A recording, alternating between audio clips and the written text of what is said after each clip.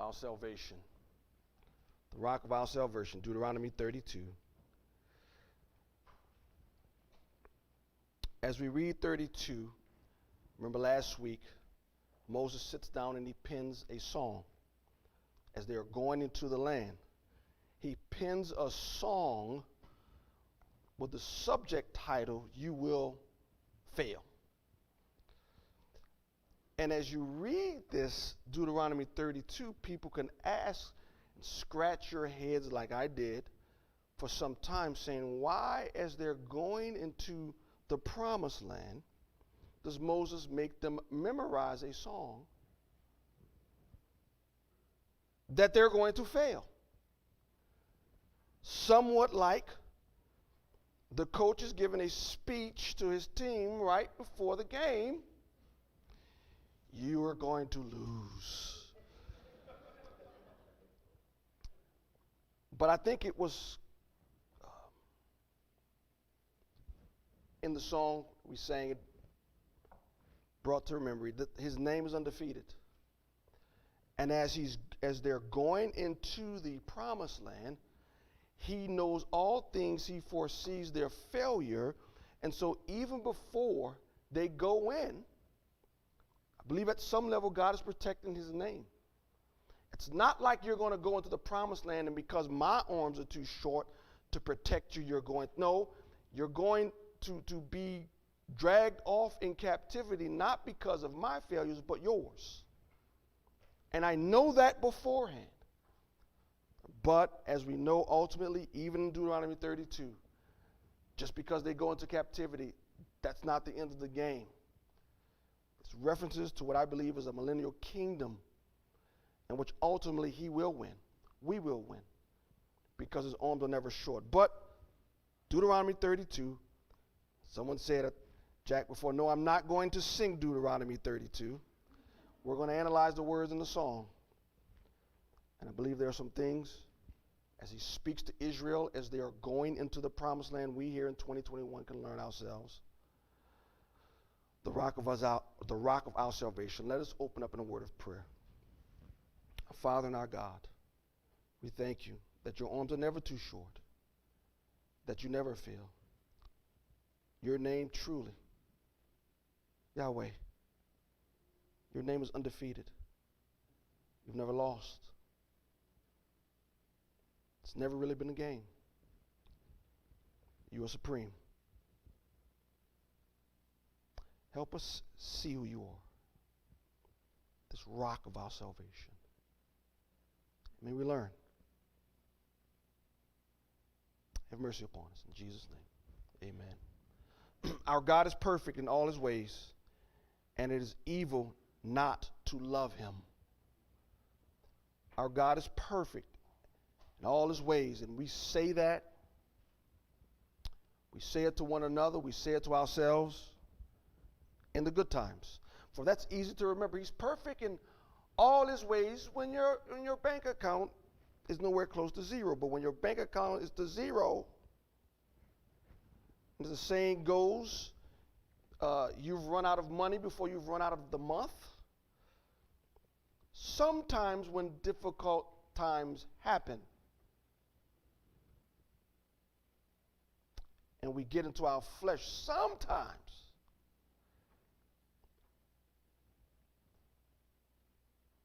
we blame God.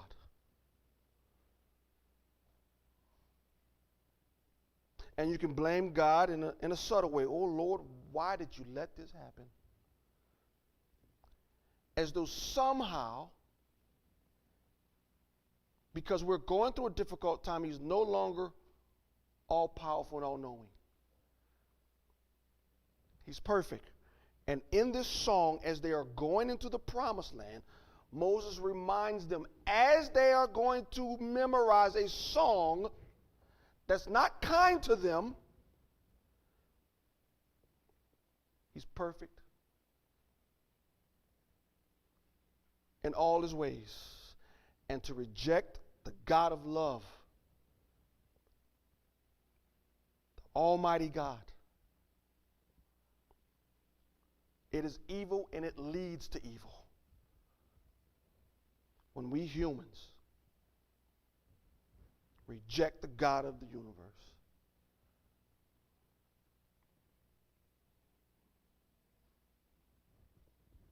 Just look at the news. As we continue to reject God's truth when it comes to sexuality and the gambit, just look at the news. Evil. 5 main points. Here's the first point. We must always remember, starting off, we must always remember our God is perfect. He's perfect in all that he does, all that he did, and all that he will do. He's perfect. Let us begin. Deuteronomy 32, verse 1. Moses starts off the song, "Give ear, O heavens, and I will speak, and let the earth hear the words of my mouth." Starting off in verse 1, this is a song. This is poetic language. This is like poetry. All things you can learn from, but you can't take poetry literal all the time, right? And you'll see that in Deuteronomy 32. But it's poetic. "O heavens, speak. Let the earth hear the words of my mouth." Verse 2, "May my teaching drop as the rain." Again, poetic. Teaching drop like a rain. My speech distill as the dew. Like gentle rain upon the tender grass, and like showers upon the herb. For I will proclaim the name of the Lord. Here it is. Ascribe greatness to our God. Verse 4, the rock. His work is perfect. He's a rock. He's perfect, for all his ways are just. A God of faithfulness and without iniquity. Iniquity, that means injustice or perversion of justice. Nothing that he does can be anywhere close or akin to crookedness or injustice. He doesn't make mistakes.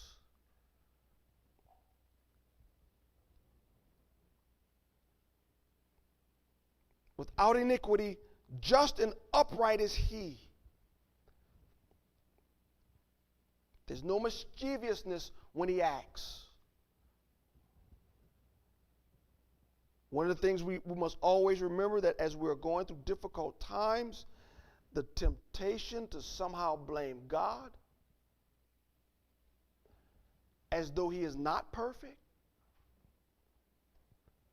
as though somehow he gets some sort of satisfaction in your trials or your pains.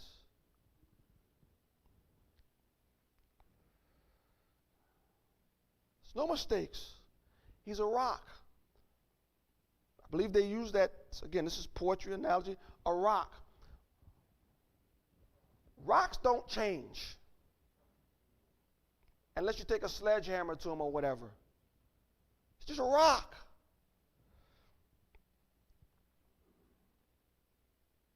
They're steady. Rocks aren't fickle. They're solid. He's the rock. He doesn't change. Verse 5, but look at how the children have been and will be. Verse 5, they have dealt corruptly with him. He's a rock. He's incorruptible, but they are corruptible. They have dealt corruptly with him. They are no longer his children because they are blemished. They are a crooked and twisted generation. What a song to learn right as we're going into the promised land. The people will be the opposite of the faithful God.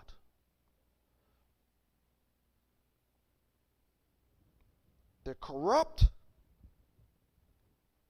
and in their corruptness and their unfaithfulness, it will get to a point where they're no longer, in a sense, remember, poetry no longer is children.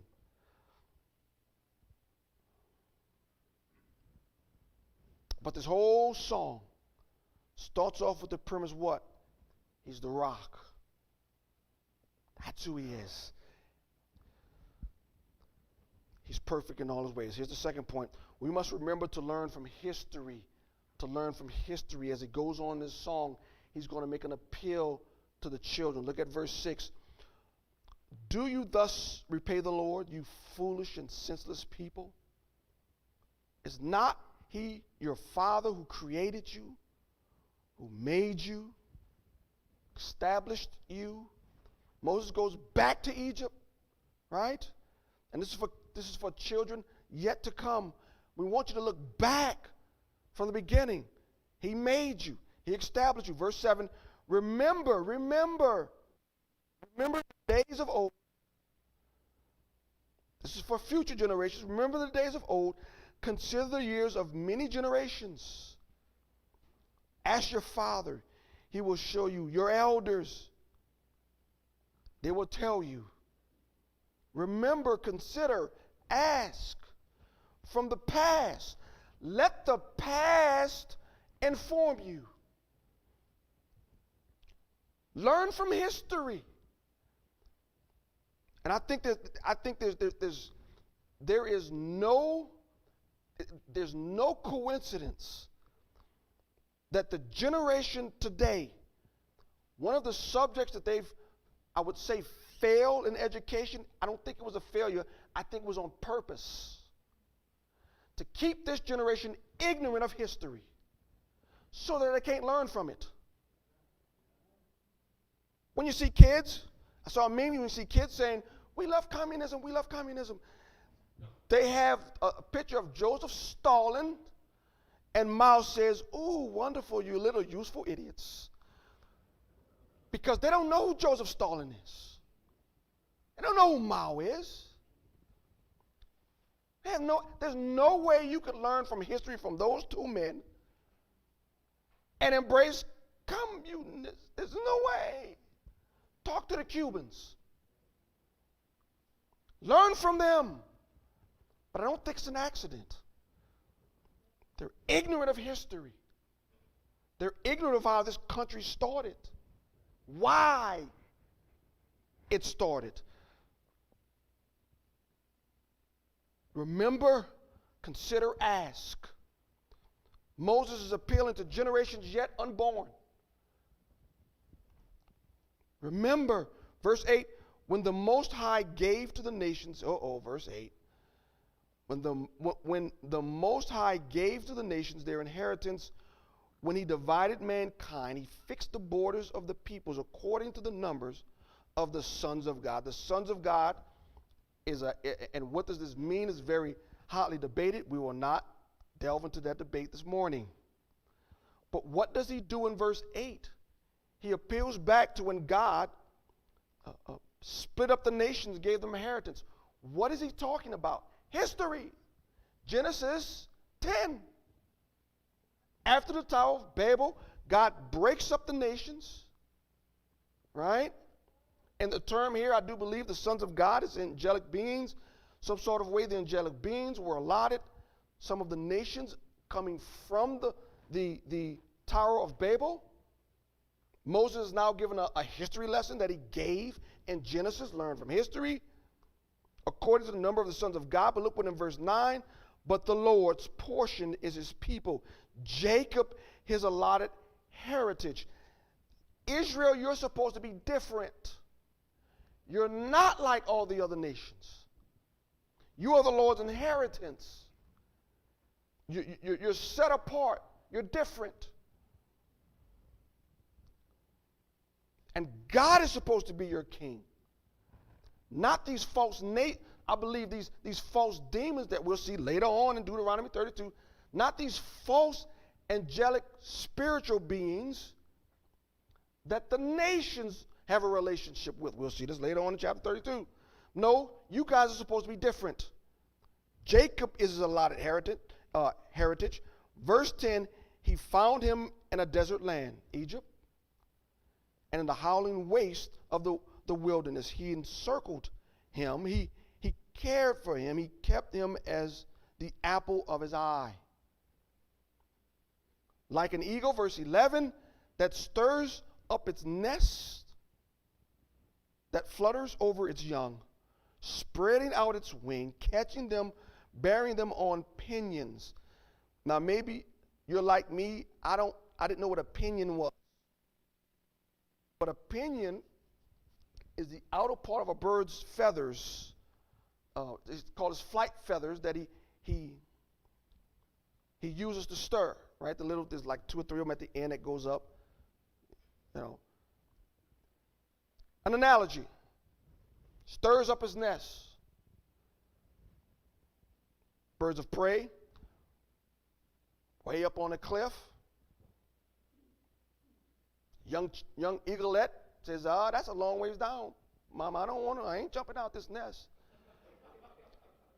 Stirs up the nest and actually kicks the eaglet out if need be. Kicks him out.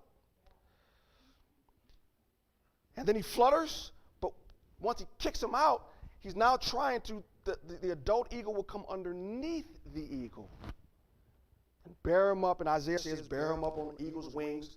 Again, bears up and spreads his wing, catching them if need be, bearing them on pinions. So as they're learning to fly, the parent will come along and he'll tilt and he'll show. It's beautiful poetry describing what God did to Israel. Ripped Israel out of Egypt, brought Israel into the desert, catching them, cared for them, and now they're about to go into the promised land. Verse 12, the Lord alone guided him. No foreign god was with him. Yahweh didn't have any help. And you future generations, you need to know this. Yahweh was alone.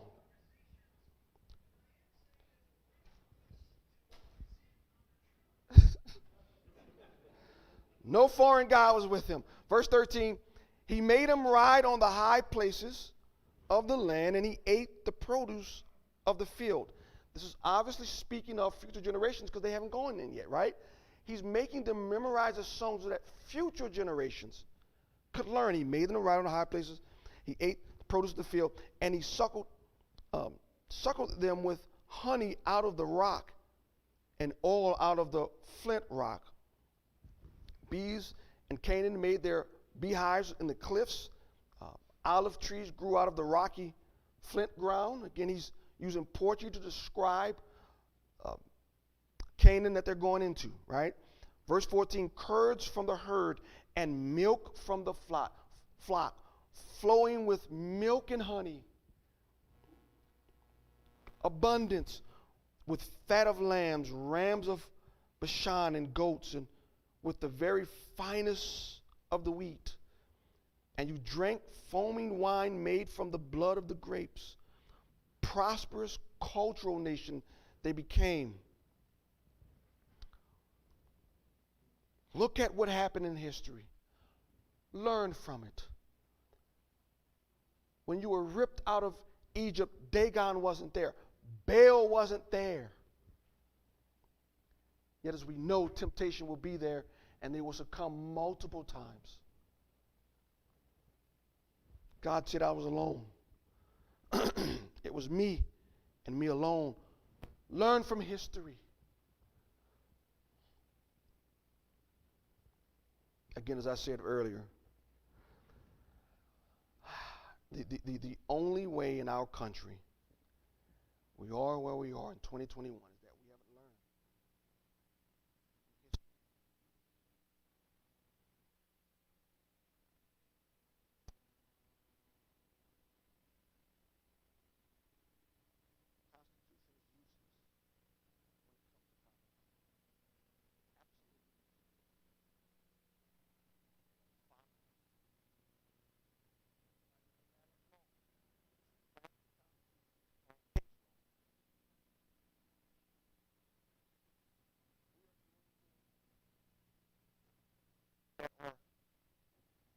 clearly against the Constitution. We no longer consult history in this country. Do you realize that? There was a governor in New Jersey right at the height of the pandemic. He was on the Carlson show. Tucker said, when you plan these shutdowns, I think the Constitution says you can't stop the free assembly of worship. And the governor of New Jersey says, well, I don't know, Tucker, I didn't consult the Constitution when I did it. And Tucker said, well, obviously you didn't, because you can't do it. Didn't matter. Didn't matter. Didn't matter.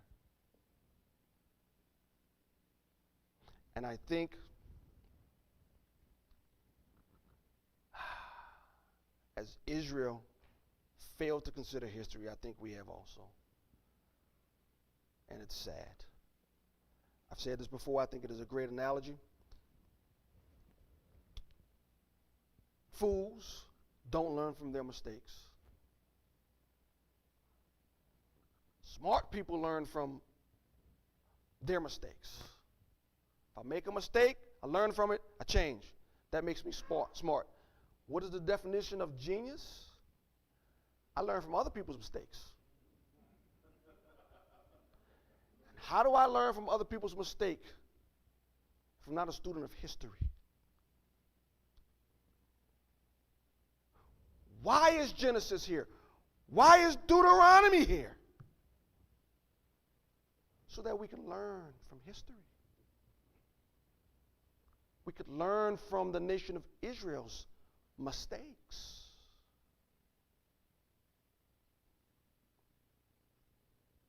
But I'm not convinced we learn from history anymore, not even in the church. God is appealing to the future generations. Look at history and learn. Learn. Read about Noah. I don't make false threats. And in future generations, he's going to make the appeal, learn from history. And as we know, because we're looking back on time, they didn't learn. Hopefully here at New Hope in 2021, we can learn a little bit from history.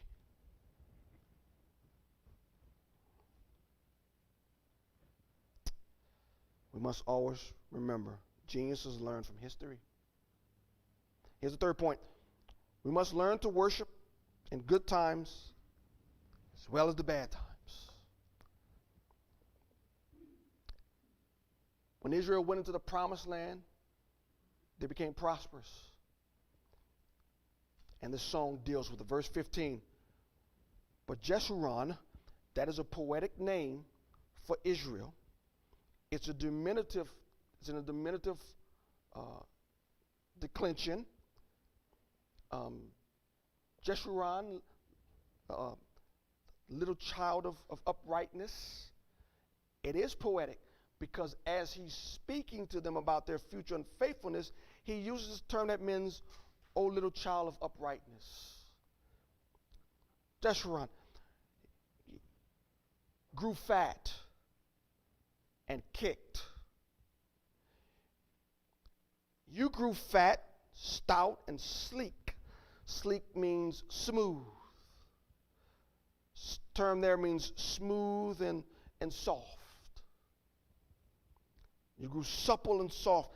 Then he forsook God who made him and scoffed at the rock of his salvation. Scoffed at his God. Once Israel became prosperous and rich, the times were good, bank account full. We don't remember no rock. They stirred him to jealousy with strange gods, with abominations. They provoked him to anger Verse 17, they sacrificed to demons. There we go. They sacrificed to demons that were no gods, to gods they had never known, to new gods that had come recently, whom your fathers had never known. We know the history of Israel. We're looking back. So look at what's being said here in 17. Baal, Dagon. Put all the gods of the nations. Apollos, Zeus, Hera, Diana. What does verse 17 says behind them? Who are they sacrificing to? When you saw sacrifices on the altar of Apollos, who are they sacrificing to? Demons. All the other nations. They sacrificed to demons who were no gods. They thought they were gods. Poseidon. God tells us they were demons. They sacrificed to demons. They weren't gods. And worse, it was gods you never knew. There's no record in the law of Moses about Dagon and Baal. Why were you confused?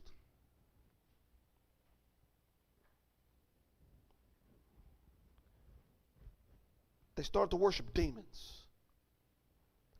Verse 18, you were unmindful of the rock that bore you. Forgot the God who gave you birth. The Lord saw it, spurned them because of the provocations of his sons and his daughters. And he said in verse 20, I will hide my face from them. I will see what their end will be. For they are a perverse generation, children in whom is no faithfulness. They have made me jealous with what is no God. There it is again. They have provoked me to anger with their idols. So I will make them jealous with those who are no people.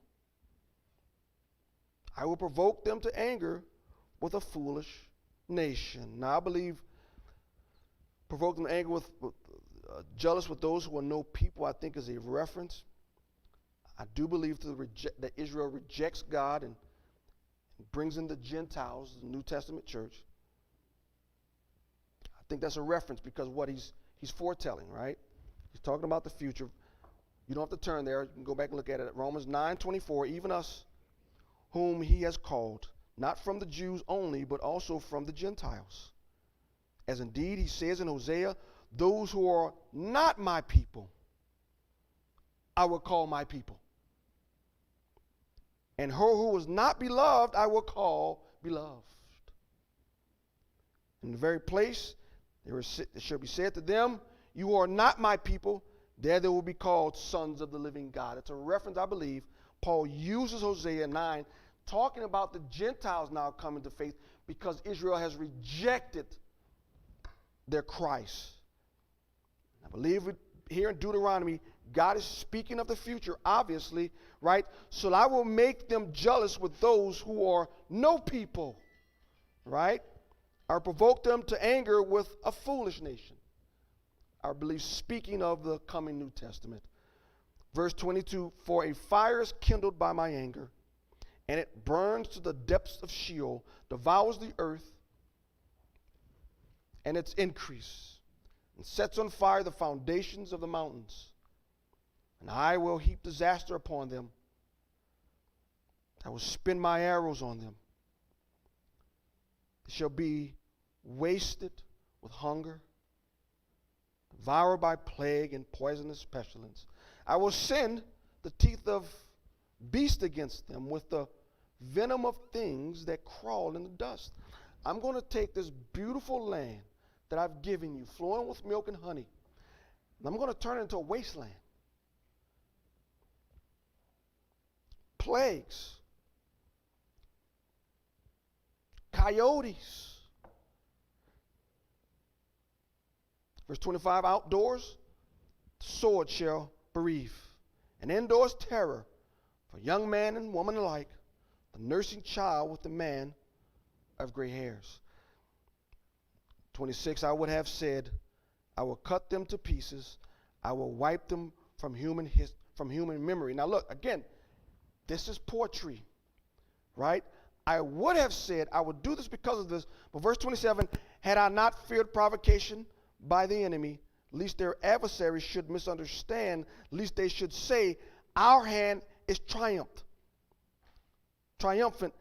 It was not the Lord who did it. Our hand was triumph. It was not the Lord who did all these things. God is saying, here's the reason why I'm saying this. I would have wiped it from human history, but I'm not going to let the other nations think that Yahweh has failed. Not going to let it. Yahweh didn't do this. No, Yahweh did do it because of their disobedience. See, this is poetry, and he's saying this because he wants to leave no doubt, no confusion. When it happens, he does not want other nations to say, see, Yahweh failed. No, I didn't fail. And there'll come a day where I'll make it abundantly clear I didn't fail. But in the interim, I don't want you to be confused. God doesn't fear provocation. This is poetry. Verse 28, for they are a nation void of counsel, and there is no understanding in them. If they were wise, they would understand this. They would discern their latter end. How could one have chased 1,000 and two have put 10,000 to flight unless their rock had sold them and the Lord had given them up? What he's saying there in verse 30, that smaller, lesser nations, one chased 1,000, two chased 10,000, and they never stopped to think, why are we getting trounced by these small nations? Had they stopped, heed the warning calls, they would have come and said, hey, the rock had sold us. The rock has departed from us. But they never did. Never did. Verse 31, for their rock is not as our rock. Our enemies are by themselves. This should never happen. This should have never happened. Baal and Dagon are not like Yahweh. Their rock is not like our rock. Verse 32, for their vine comes from the vine of Sodom and from the fields of Gomorrah. Their grapes are grapes of poison. Their clusters are bitter. They didn't have it as good as Israel had it. Their wine is the poisonous, is the poison of serpents and the cruel venom of asp. Is not this laid up in store with me, sealed up in my treasures? Verse 35. Vengeance is mine, recompense. For the time when their foot shall slip, for the day of their calamity is at hand, and their doom comes swiftly. He's not only prophesying, proclaiming, yes, nations will come in and they'll discipline you, but that's not the end of the story. Vengeance is mine. The writer of Hebrews is quoting this. The nations that come in and ravage Israel, they'll get theirs. Don't worry. Verse 36, for the Lord will vindicate his people and have compassion on his servants when he sees that their power is gone and there is none remaining, bond or free. Then he will say, where are their gods? The rock in which they took refuge. He's going to make a mockery of all the false gods on earth. When does that happen? I do believe in the millennium. He will end all false organized religion. Verse 38, took refuge, 38, who ate the fat of their sacrifices and drank the wine of their drink offerings. Let them rise up and help you. Let them be your protection. He's mocking their gods. So what happened? What does God say? I brought you into the land flowing with milk and honey. You had all this wealth, and then once you became fat, rich, and happy, you turned from me. Why is it always easier to pray in the bad times?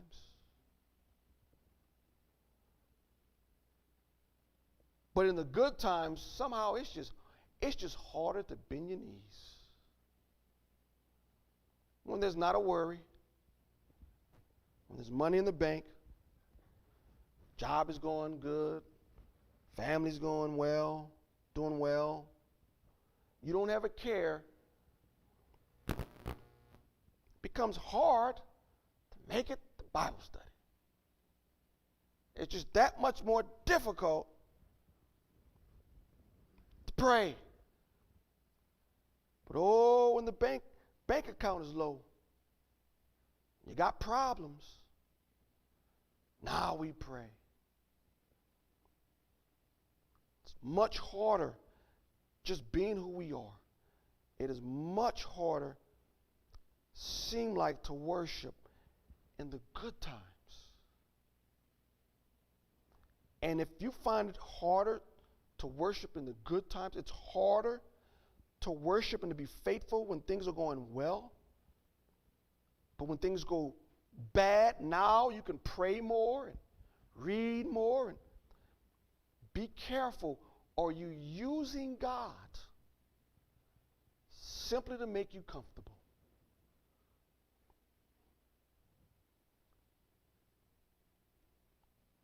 Israel became prosperous, and then they forgot him.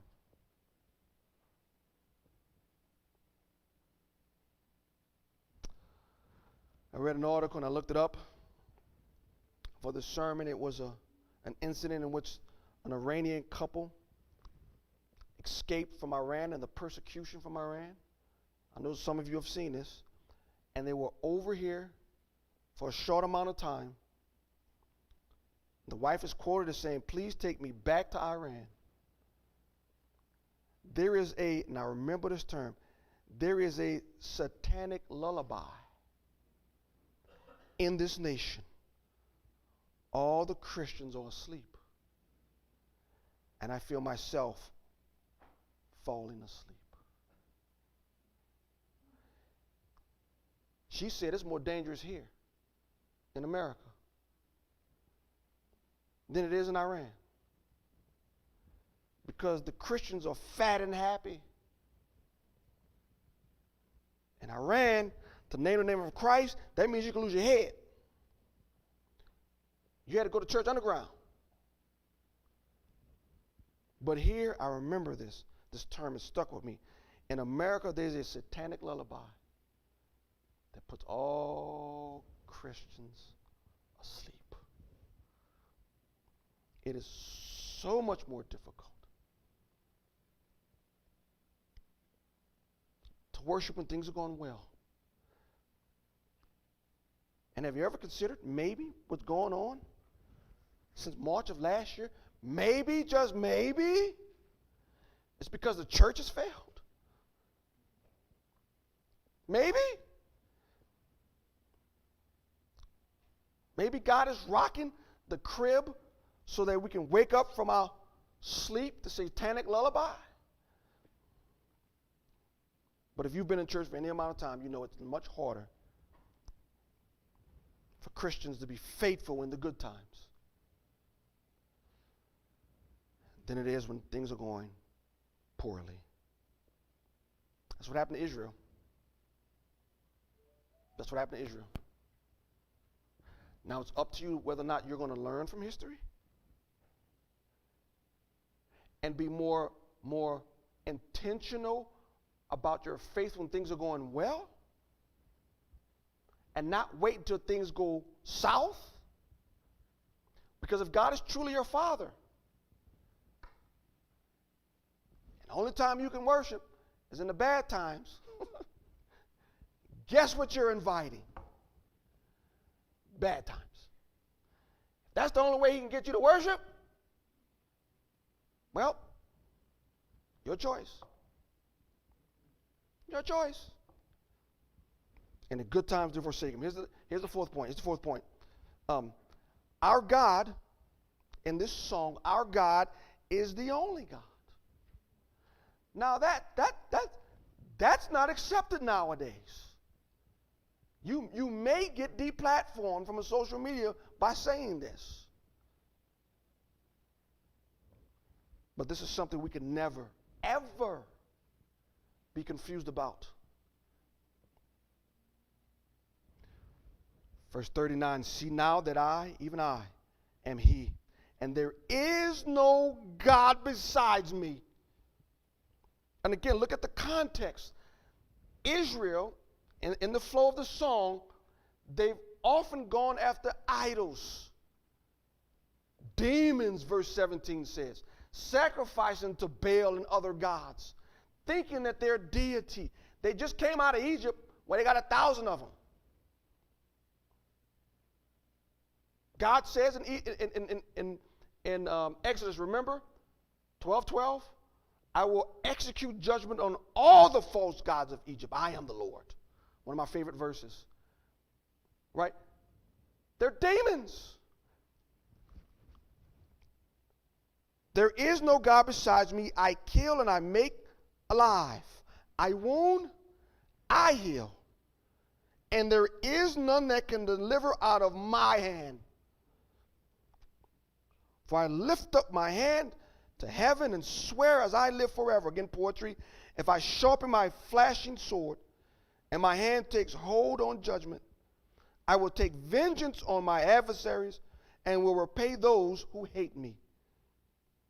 I will make my arrows drunk with blood, and my sword shall devour flesh with the blood of the slain and the captives, for the long-haired heads of the enemy. Rejoice with him, O heavens. Bow down to him, all gods. Again, in context, you false gods, you demons, bow down to him, for he avenges the blood of his children and takes vengeance on his adversaries. He repays those who hate him and cleanses his people's lands. We must never, ever, ever be confused about this. Let's just say it. Allah is not God. Buddha is not God. Confucians, name them. They're not God. Well, let's just take it a step further. What does verse 17 say? That not only are they not gods, they're demons. And how many so-called Christians are afraid to say that? Or afraid to preach Deuteronomy 32:17. Not only are they not gods, they're demons. Don't get mad at me. I didn't say it. God said it. There is no God besides me. They're not gods. Israel failed. They failed. Now, again, here's the appeal. Either you can learn from history, sitting here, 2021, you can learn from history, or you could be a genius and learn from their mistakes and no longer be afraid to call a demon and say that the God of the Bible is the only God. And we never, ever shrink from that. I don't care what CNN says. Here's the fifth one. Last point. Our God is to receive all glory and never ourselves. I think I've said this before. God is just, obviously, in all his dealings. But Moses, your heart can't help but break for Moses because he made a grave error. He did. He did. Verse 44, he's talking about, look at the song. He just finishes the song, And now Moses is going to give a personal, real-life example of who our God is. Verse 44, Moses came and recited all the words of the song, of this song in the hearing of the people, he and Joshua, son of Nun. And when Moses had finished speaking all these words to all Israel, he said to them, take to heart all the words by which I am warning you today, that you may command them to your children. Not only you believe it, command it to your children. You're responsible for your children, not the schools. You're responsible to control, command, and teach your children, not the teacher down the street. The church supplements what your children believe and are taught, but it's parents who should command your children. Command your children that they may be careful to do all the words of this law. Verse 47, for it is no empty word for you. And here's where it gets personal. Moses reading this, it's no empty word for you, but your very life. By this word you shall live long in the land that you are going over the Jordan to possess. That very day, verse 48, the Lord spoke to Moses. Moses, verse 49, go up this mountain of the Abiram. The Abiram is a mountain range. In their mountain range, the mountain called Mount Nebo. It rises 4,000 feet straight up in the air, which is in the land of Moab, opposite Jericho, and view the land of Canaan, which I am giving to all the people of Israel as a possession. Mount Nebo is still named Mount Nebo to this day. It's about 67 miles from the River Jordan. Moses got 67 miles from the Jordan and was told to go up this mountain. Verse 50, Moses, go up that mountain and die. Die on the mountain which you go up, and be gathered to your people as Aaron your brother died in Mount Hor and was gathered to his people. Verse 51, because you broke faith with me. You broke faith with me in the midst of the people of Israel, the waters of Meribah Kadesh, the wilderness of Zin, because you did not treat me as holy in the midst of the people. That breaks my heart every time I read this. Back in Numbers 20, again, the children of Israel were complaining. It says, Moses took the staff from before the Lord as he commanded him. Then Moses and Aaron gathered the assembly together before the rock, and he said to them, hear now, you rebels.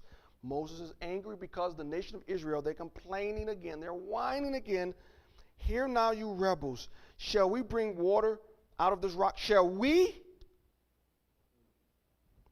You rebels, shall we bring water for you out of this rock? And Moses lifted his hand and struck the rock with his staff twice. And then water came out abruptly.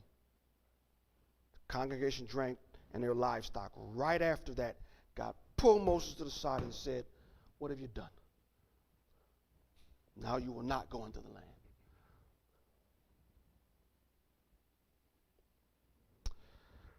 You read the commentaries and people are scratching their head. Man, there must be something more. What Moses did, it's not written, because obviously God wouldn't have done this just because of that. Well, first of all, there's no record that he did anymore. And God says, because you did not treat me as holy.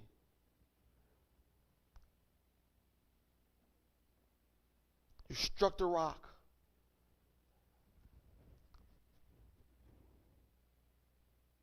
And I think it's the words, shall we bring water out of this rock? Oh, Moses, you can't take to yourself glory that belongs only to God. And Moses is retelling this to the nation. They're about to go in. He's about to die on this mountain. And this is after he gives the song. And he's saying, what I'm saying to you, these words that I'm saying, it's a matter of life and death. And guys, because my failure, I'm about to die. You better treat these words seriously. Don't play around.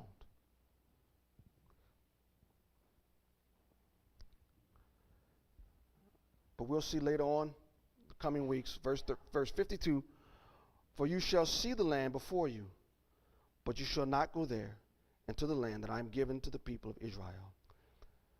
It's very interesting what happens in the next few chapters.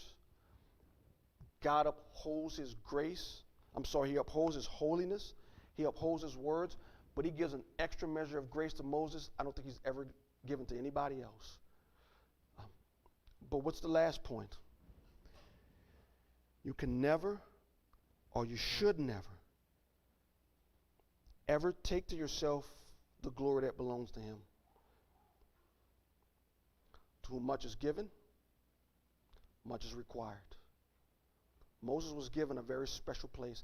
And some people say, the commentators, he must have done more than, that doesn't make sense. To whom much is given, much is required.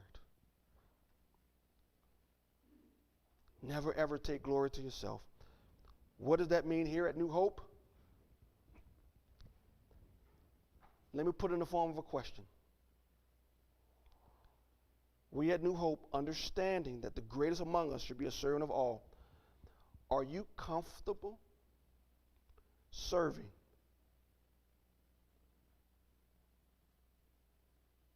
and never getting accolades? Or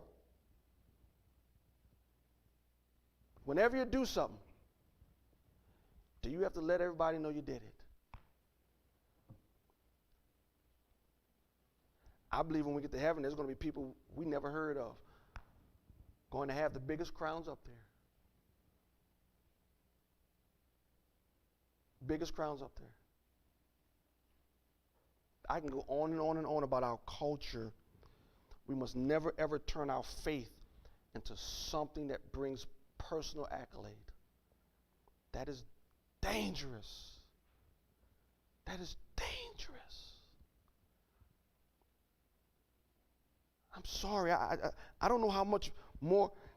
I have a personal problem. James L. Pittman Jr. Ministries. Whenever you attach your name to the ministry, I'm sorry. I don't understand that. I don't understand that. Maybe it's just me. I don't understand it. Be very careful about taking to yourself the glory that only belongs to him. Let us close in a word of prayer. Let's pray. Our Father and our God, we thank you for who you are. I thank you for the grace and mercy shown us at the cross. Lord, I pray that each and every one of us, we act and behave like geniuses. We learn from history, learn from the scriptures. That's why we read, so that we may learn from history and let the history recorded in scripture guide us so that we may learn. That we don't continue to make the mistakes that others have made. May we be geniuses. Become students of the word. Understand who you are. And respond in the correct word. And that's always, respond in the correct way. And that's always going to be obedience. This is our hope. This is our prayer. In Jesus' name.